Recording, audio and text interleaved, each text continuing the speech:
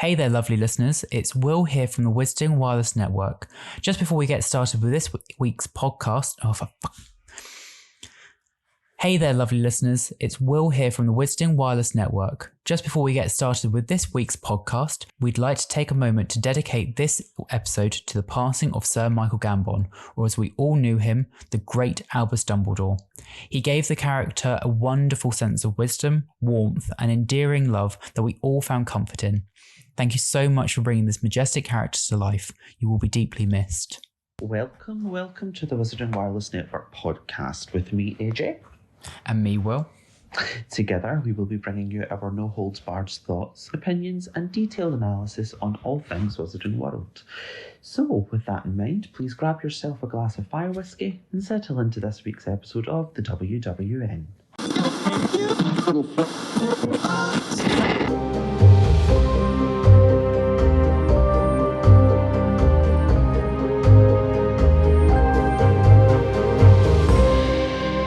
Welcome back to the Wisdom Wireless Network with your hosts AJ and Will, streaming to you on all of your favourite podcast providers and on YouTube.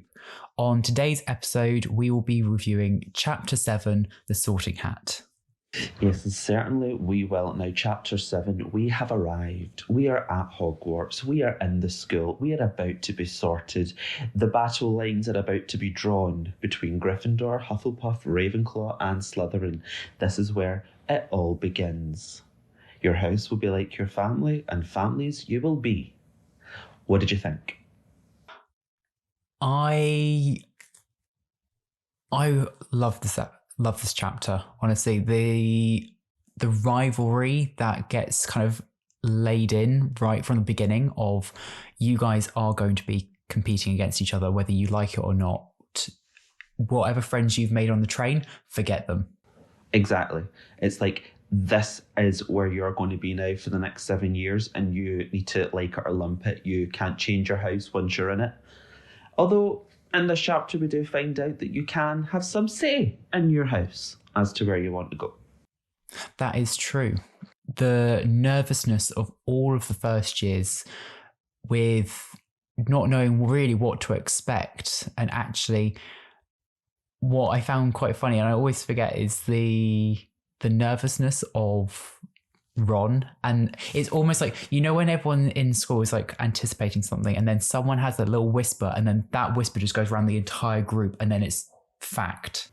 Yeah, absolutely. I mean, I think, believe it or not, well, I say believe it or not, we all can believe it, but I think Fred had said something along the lines of there's going to be some form of test where they sort you into your houses, and Fred said it hurts a lot, but Ron thinks he was joking. But from Harry's perspective, if he's never had any dealings with magic in any way, shape or form, he just seen test. Oh my God, it's going to hurt. And they do it in front of the whole school. What is this? It's like, I haven't prepared about any of this. Like, I don't even know what I'm doing. Exactly. And then you've got Hermione Muggleborn Granger, who is like deep-throating every standard book of spells grade book that is currently going about. She's like, I know this. I need to prepare. I will do so well in this test. That's an image. It's just a little... I mean, it is really funny how everyone's got their own kind of concept about what's going to happen when they go through these doors. And I think it's very interesting that they're just kind of left to mull it over themselves. Well, exactly. That's the thing. And it's interesting because as far as we are aware, there's no other people who are in that year who have got siblings in older years.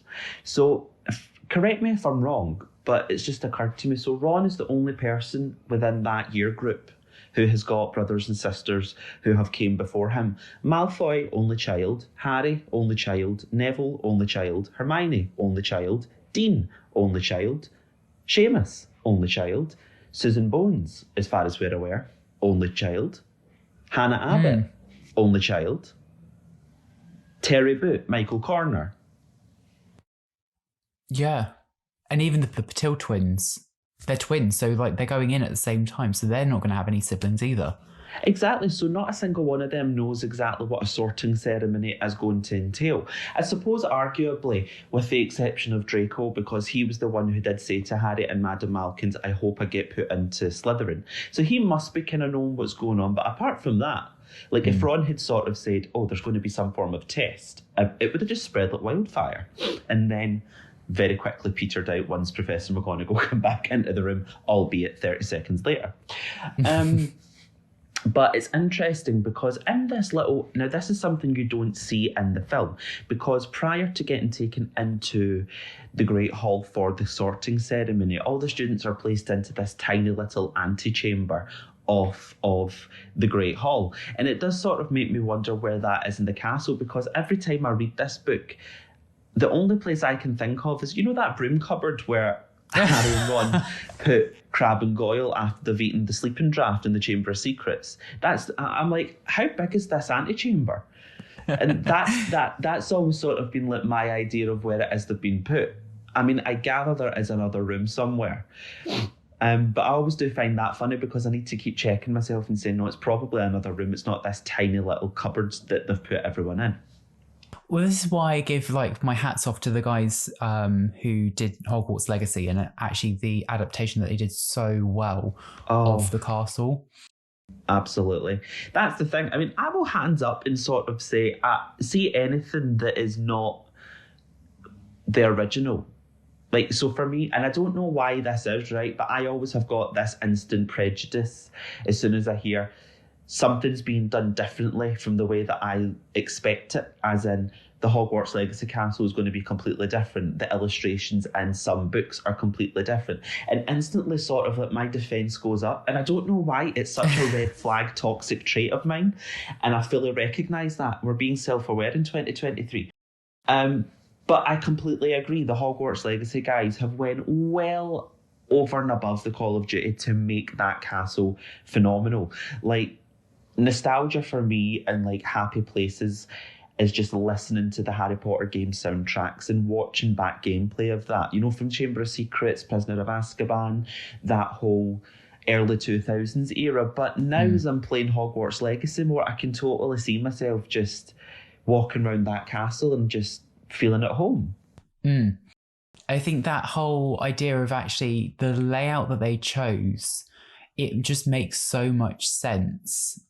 And actually, you kind of think when you look at how they laid it out in Hogwarts Legacy versus what they showed in the films, it really is more in line with what was in the books. Exactly. And that's what I love about it. I think I've said before, as someone, I have never read a Harry Potter book prior to the film coming out. So I was always, I seen all the films first and then read all the books, but it wasn't a case of I'll wait till Deathly Hallows Part 2 comes out and then I'll go and start from the Philosopher's Stone. I was just a chronically slow reader. So I think for me, I was a bit spoiled in that aspect because I went back and read all the books, but seeing the film version of the castle, seeing the film version of the characters. And I think now, as I'm getting older and revisiting these books and going back to review them and reread them again, it's a very interesting thought to see it from my imagination's perspective as opposed to Warner Brothers' perspective. And I think that's what the Hogwarts Legacy guys have done.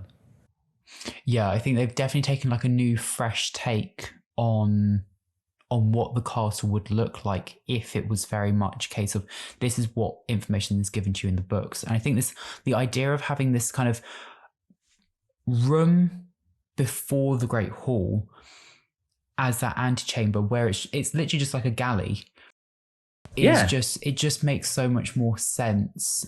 Actually, that's where they're all waiting, and it's not going to be some kind of grand entrance, because at the end of the day, I think when you think about the film version, you've got the main doors from the courtyard, you've then got a kind of entranceway going straight into the Great Hall. Yeah. And albeit the film version in the first film is slightly different to then what they do in the later films, but that's essentially, that is your antechamber. Yeah, for sure. Absolutely. I'm really interested to see then where we go in terms of how it's going to look in the TV show, whether or not we're going to get really book accurate versions of the castle, or are we going to lean more back into what we saw in the films? Well, this is what I'm seriously hoping. And respect, I mean, I say respectfully, but I mean, I would be happy with whichever way they want to go about it. But I think that the whole aim and vision of this TV show, and I think J.K. Rowling herself had said that the producers of this are going to be as loyal to the books as they possibly can, which suggests to me they're not going to leave anything out. And I really hope that that is something that they stick to and follow through on. Yeah, absolutely. I don't want to go down the route of them just putting things in for the sake of it or missing stuff out because it's easier. It's like you either do it or you don't. And I think if you're taking such a massive gamble to make a TV show like this, because in reality it is, because you know that it will ruffle a load of fans' feathers by saying we're going to redo Harry Potter but as a TV show, you're not going to have every cast member coming back, well, because the majority of them are dead now, RIP, but you're not going to bring them all back. You're going to have to find a completely new cast to do these parts that have been embedded so deeply into our culture as Harry Potter fans. And it's going to be completely different. But I think if you're going to take that gamble, you need to go all in for it. Yeah. And it'll be interesting.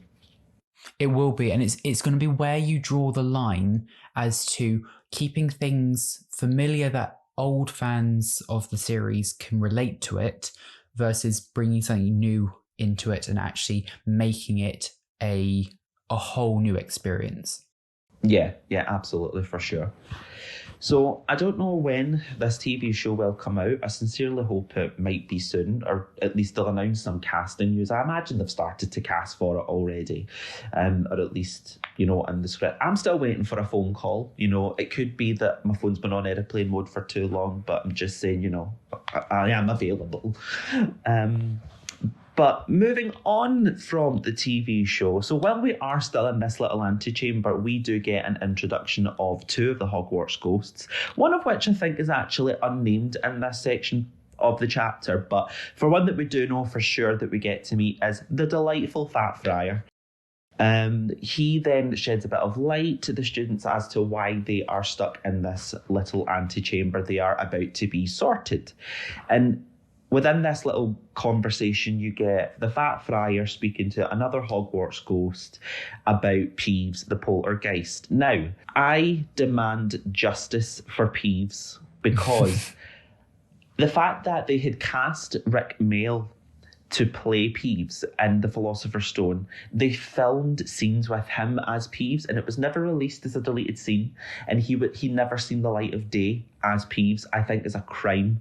Now, certainly as a fan of 90s, 80s old British comedy, Rick Mayall was at the height of his game back then, and he did unfortunately pass away a few years ago, very, very suddenly. But that man, every time I watch him on TV, he makes me piss myself. Like sheer laughter all the time. He is so funny, and I think you could not have had a more perfect man to play Peeves. He was in Blackadder. Yeah, oh my God, how could I forget that? He was Captain Flashheart in Blackadder. There is, to this day, there was an episode of Blackadder goes forth.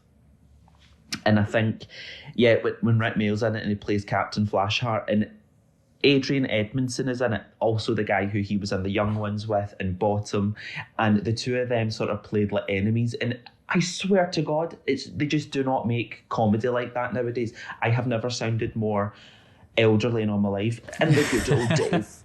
In the good old days. But honestly, oh my God, it makes me laugh to this day. Like me and Ewan, we still quote it to each other just as a laugh. And every time we'll burst out laughing. But that man, justice for Peeves. Justice for Peeves. I do hope that they do introduce more of the characters from the books, and actually having Peeves kind of crop up within this chapter. I'm still undecided as to whether or not, controversial opinion, that I would want to have Peeves in the TV show. Why? I don't know. I just think it's something about him that kind of it detracts from the magic of Harry Potter. Like having ghosts and ghouls and everything, but then like you got this one poltergeist where he is basically just like a prankster. Yeah, but I mean, like he is he is the dead version of Fred and George for the first 7 years, anyway. Spoiler alert, just saying. But you get what I mean, and it's like controversially, Peeves is the only I think Fred and George is the only characters that Peeves listened to. That, with the exception of Professor Dumbledore, but Fred and George is just Peeves personified. I think that's the bit that kind of grates me with him though, because Fred and George I can get behind because they are pranksters, but they have a cause. Like, it's not that they want to break school rules, they just don't agree with them. Yeah. Whereas Peeves is literally just, it's almost like he's bored, so he's taking, like, he just irritates people. But you get that with people in life anyway. Yeah, I just ignore them. Or maybe you are the person. The call's coming from inside the house. The call is coming from inside the house. So are you telling me right here, right now, William, that you do not like Peeves? I don't. I just don't think he adds that much to the overall story. I imagine at some point we'll talk a bit more about Peeves as we get on to the Hogwarts Ghost. Would we include him in the Hogwarts Ghost episode? I don't see any reason why not. I don't see why not. I think we should. Because there's a lot of ghosts. Mm. There is a lot of ghosts. We've just seen all the ghosts come into the antechamber. They've started talking to all of the students. We've seen the Fat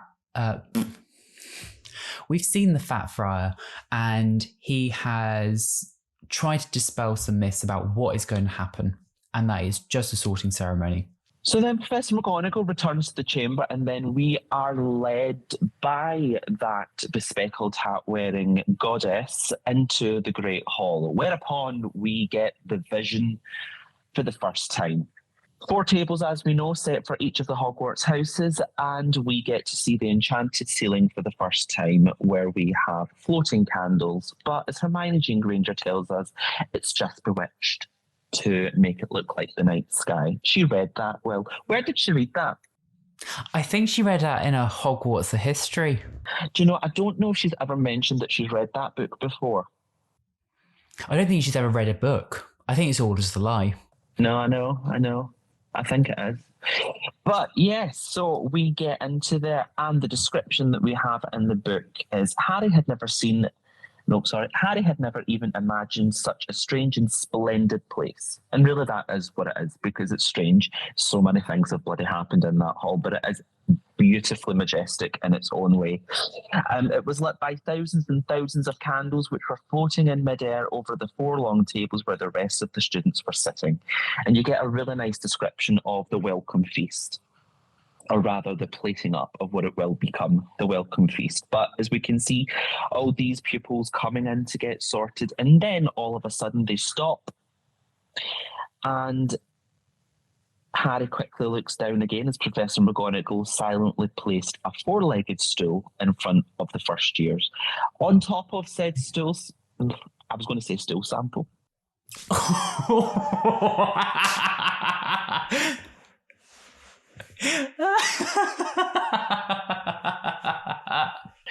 having flashbacks to the wards. Anyway, as we have said, on top of the stool, she put a pointed wizard's hat. This hat was patched and frayed and extremely dirty. Aunt Petunia would not have let it in the house. And we have the arrival of the one and only Sorting Hat. Now, interestingly enough, a little fact about this hat, which I kind of did know, but not until I read it, then it kind of made sense. But so the Sorting Hat comes in. The Sorting Hat itself is one of the most, and this is a direct quote from I think it's the illustrated edition of Harry Potter and the Philosopher's Stone, but the ebook that you can buy certainly on the Apple Store. I don't know about iTunes, you can buy it on iTunes, but I don't know about the Kindle. But it said, the Sorting Hat is one of the cleverest enchanted objects most witches and wizards will ever meet. It literally contains the intelligence of the four founders, and it can speak through a rip near its brim and is skilled at legilimency, which enables it to look into the wearer's head and divine his or her capabilities or mood. It can even respond to the thoughts of the wearer. Now, I don't know why, but that never clicked with me that the Sorting Hat was a legilimens. That just makes so much sense, though. It does, because I mean, this is technically the first time that you see an example of legilimency in the series. But for me, it never ever clicked. So do you think then, if you are a hat stall, you are technically really well versed in like defense against occlumency? Yeah. Well, interestingly, that's the thing. Because obviously McGonagall was a hat stall, and actually then would she be really good at occlumency? I mean, I don't see any reason why not. Because, I mean, then again, you've got these pupils that do fall into that category of unsortable, i.e. your hat stalls, but I don't see any reason why they wouldn't. Maybe they've got some, like, inherent skill of occlumency, because, like, I suppose if you've got people like Metamorphomagi's, like Tonks and her child, like, they were born with that gift. I don't see any reason why anyone else couldn't be born with that. Exactly. You're all going to have your own strengths and weaknesses. So there's nothing to say that you couldn't be born with an inherent gift for occlumency, legitimacy, transfiguration. Exactly. That's an interesting thought. There we go. We'll put a poll up and ask people's thoughts, opinions, and feelings.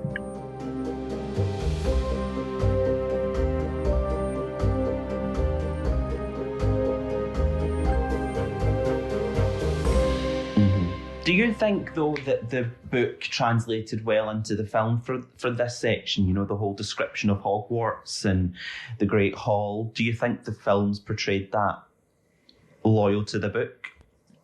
I think it was definitely a realistic version of the book. I think in the book you can have, I think the idea is it's meant to be this kind of very kooky, very grand castle. And I think the movies very much grounded it as, well, this is what a normal kind of castle hall would look like. Therefore, this is what we're giving you. Yeah. I don't know whether you have the same opinion or if you had very much the same image, because I was very much like you when I read the book, that I'd already watched the film. So again, it's trying to read this without being influenced by what I've already seen. Yeah, no, I must admit, I thought they did that really well in being able to portray it over, because, I mean, I think essentially word for word, the book was then translated onto the film, so I loved it. I absolutely did. But going forward into that, so whenever we get to see the Sorting Hat, one thing that we didn't get to see in the film was the Sorting Hat song and the Hogwarts School song, with the exception of a deleted scene in Harry Potter and the Goblet of Fire. But I would love to have seen the Sorting Hat sing. I mean, he's had so many chances to put it into the film, because there's like every year it's a brand new Sorting Hat song. And we didn't get to see one. So for that, I am a bit fuming. But the main event of this chapter is the sorting of the students themselves. So obviously we get Hermione, Ron and Harry all consecutively sorted into Gryffindor. We've got Draco Malfoy put into Slytherin and everybody else in between put into their respective houses. But the interesting thing and the most significant part of this chapter is the fact that Harry was almost placed into Slytherin but fought so desperately against it. And this is another thing that we discussed earlier on regarding the whole breadcrumb scenario, which we will discuss more when we come onto the topic of Horcruxes and Tom Riddle and Voldemort, etc. But that, for me, just sort of went to show that regardless, you would be sorted based on your opinions as well. The Sorting Hat sort of works in conjunction with you to get you to a place that you want to go to. which at the time was pretty revolutionary, because I don't think anyone would ever have thought that, oh, no, the Sorting Hat is going to put me where I want to go. It's going to put me where I want to go, as opposed to it's going to put me where it thinks I should go. I think that's quite nice, though, because it's something that gets interlaid across all of the stories, and actually it's something that gets introduced back to Harry's character himself, of it's not necessarily what is dictated to us that defines us, but it's our choices. Yeah, exactly. And actually, this is one of Harry's choices that separates him very much from Voldemort. Yeah, absolutely. It's like Sirius Black had said, we all have light and darkness inside of you. It matters what part you choose to act on. Exactly. So actually having Harry make this choice so early on, and actually it's quite interesting that obviously the whole Sorting Hat does take it into account, because the Sorting Hat's only going on past experiences and past choices, whereas actually you're still developing and growing yourself. It's going to be your future choices that then decides who you become. Mm-hmm. Yeah, 100%. Actually, it being able to account for your choices there and then, it really shows off. Actually, the ceremony is there to really show who you are. Yeah, and in a way, it is almost a test, but you just don't know it until you reflect back upon it. Exactly, and I think it's definitely one of those things where I think, like all personality tests or like those kind of like learning style tests, it's all very much a case of you get very much pigeonholed and fixated on the bit that you are sorted into. Mm-hmm. Whereas actually it's there as an opportunity for you to really find out where your strengths are, because that's where you're put into. Yeah. But it gives you an understanding of where you want to then develop.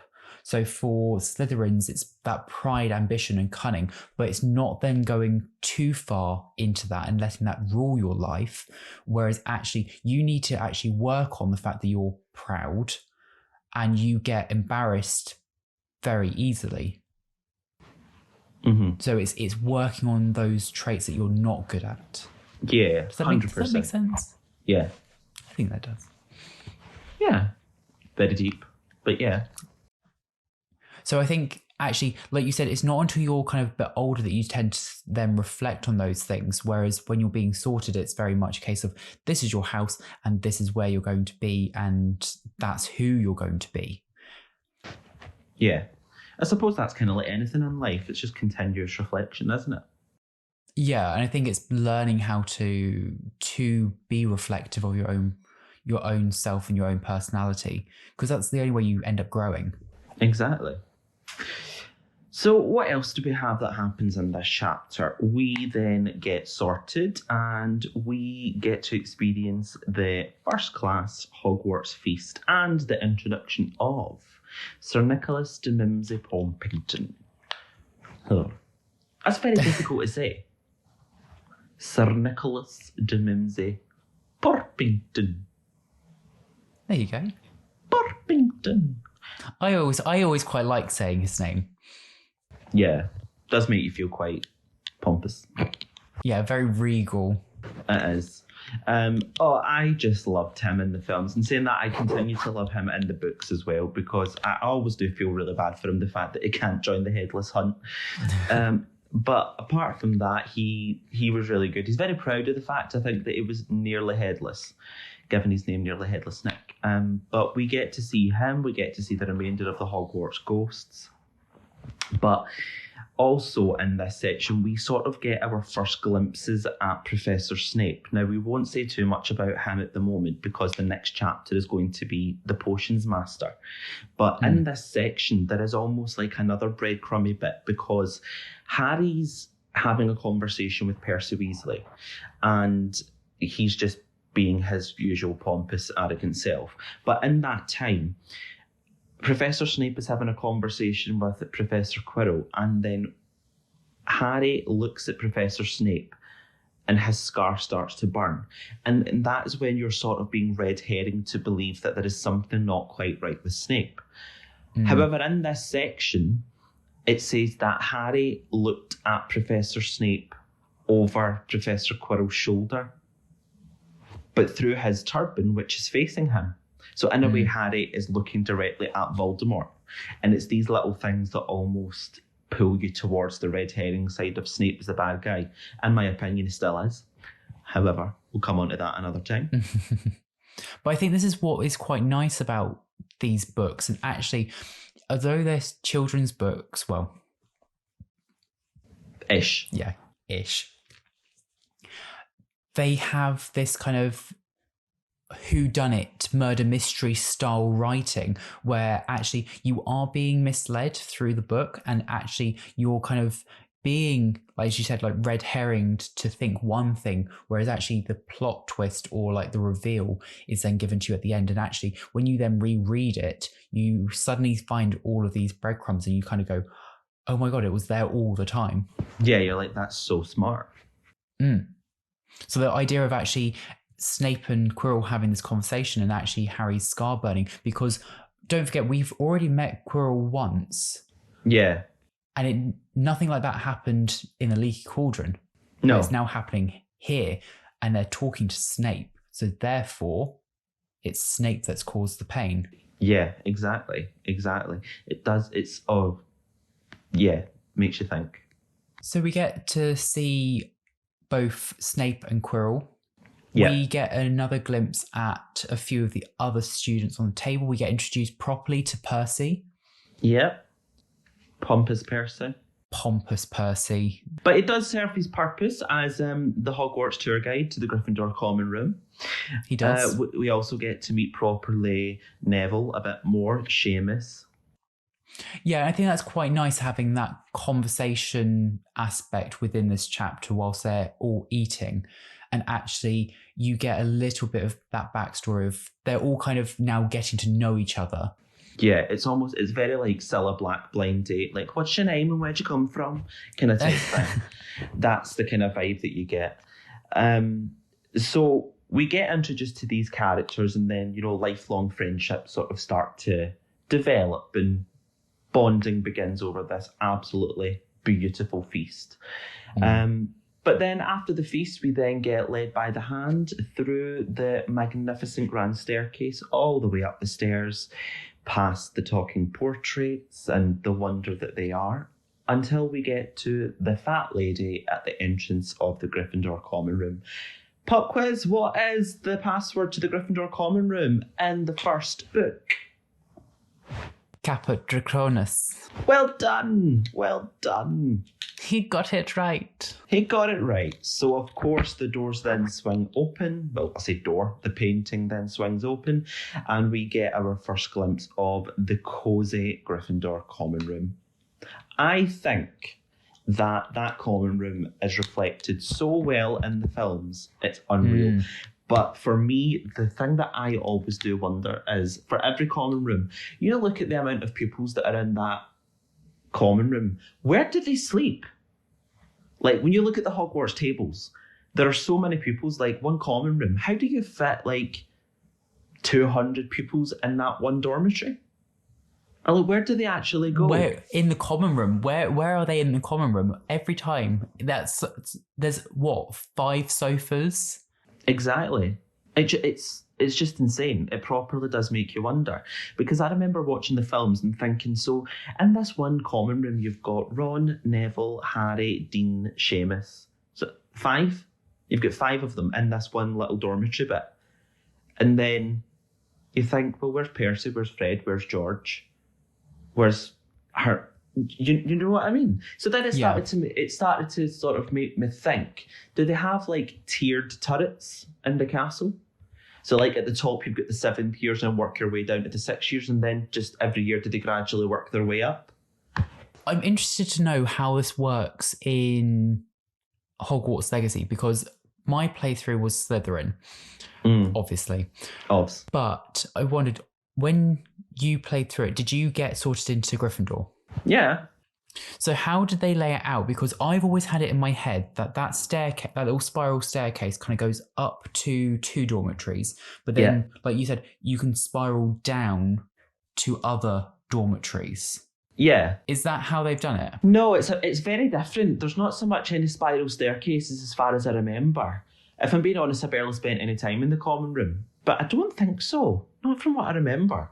This has always been something that's bugged me about the films is the common room, as cozy as it is, and they nailed the description of the common room. Mm-hmm. I just can't see it fitting that many students. Like when you look at the Hogwarts table and the amount of students sitting at that table, how they all squash into this one common room. Yeah. Because it's not even the case that you can like argue, is there an undetectable extension charm on the common room itself? Because you're thinking, well, no, you've seen the inside of it and it's tiny. I mean, like, I can probably just about see the Slytherin common room filling up because that is very grand and it's large. It's very large. It's subterranean. That I can understand. But for like even Ravenclaw Tower as well, you never get to see that. But you know it's a tower.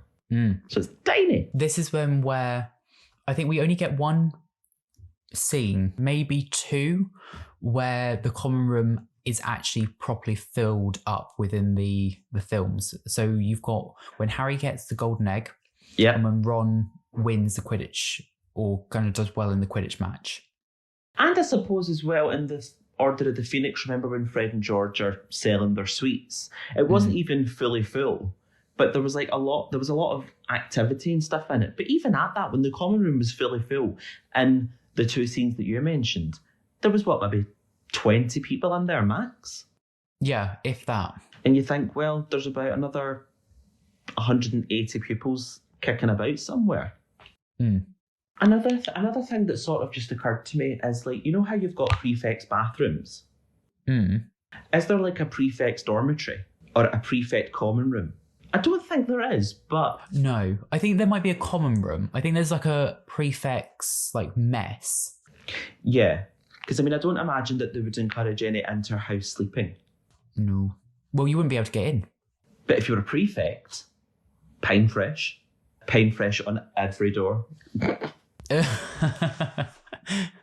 Doesn't matter what the password is on any year group, it's just pine fresh. It's just pine fresh, so that's like your master key. Your skeleton key. Literally, yeah. That's Skyrim. I wouldn't have thought so because, again, it's difficult to say because obviously the film version and book version differ greatly towards like the 5th, 6th, 7th. But Ron is still in the same dormitory as Harry, even in the 5th book where Ron's then a prefect. Well, yes, very true.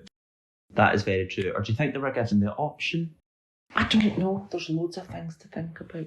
But so that's pretty much where the chapter ends, is that you are taken into the Gryffindor common room and the first night at Hogwarts sort of comes to an end, ready for classes beginning the next day.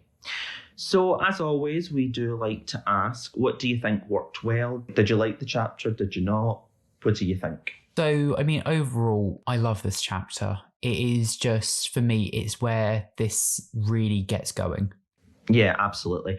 I think for me, this is one of my favourite chapters, and it's just because everything sort of all happens at once, and it's just the magic really does begin, like, properly, and it's just so many key moments in this franchise that you do tend to go back to: the sorting, the meeting of the other pupils, the meeting of the teachers, going to the common room.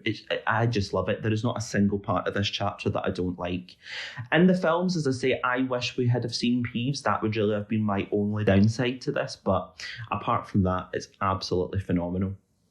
Yeah, I think, like you said, it's like one of those, I think this is the only thing that we're going to kind of keep repeating ourselves with, is the fact that this book overall, there's just so many key elements to the entire world building of Harry Potter that actually things like the Sorting Ceremony is just such an integral part. You can't not love this chapter. And actually, it just sticks with you. Yeah, no, for sure. So with that in mind, then, we are going to... What are we talking about next week? We are... Put me on the spot, AJ. Yeah, I know. We are talking about... Oh. What? It's almost like I planned this. So, next week, leading on from what we've just been talking about with the Hogwarts Ghosts introduction, we will be going and deep diving into the Hogwarts Ghosts next week. Lovely. We have got loads of them to talk about. We will be picking them off one by one. Not literally killing them because, they're already dead. Well, they're already dead, so... Yeah, very true. So yes, join us next week where we will be chatting about the ghosts. So yes, as we go into October and the Halloween season, we will be talking about the Hogwarts Ghosts to get us kick-started on the spooky month. Ooh, my favourite month. So join us both next week on the Wisdom Wireless Network. So keep your radios tuned in and we will both see you next week. Bye-bye. Bye.